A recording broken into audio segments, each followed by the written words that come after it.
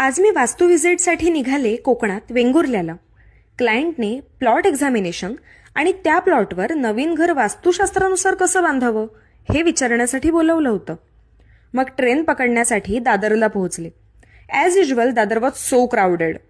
मग कोकण कन्यामधून प्रवास सुरू झाला.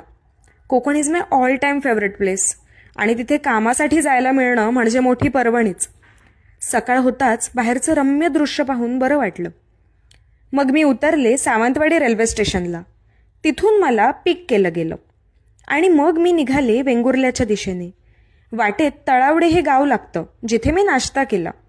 अप्रतिम उसळपाव आणि कांदा भजी तर कमाल होती. निसर्गाचा आनंद घेत फायनली मी पोहोचले माझ्या लोकेशनवर.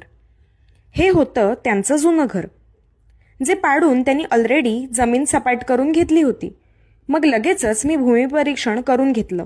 प्लॉटमध्ये सुद्धा घराची पोझिशन एक्झॅक्ट कुठे असावी याबद्दल सांगितलं आणि त्यांना त्यांच्या रिक्वायरमेंट्सनुसार वास्तुशास्त्राला अनुसरून आर्किटेक्चरल प्लॅन सुद्धा बनवून दिला.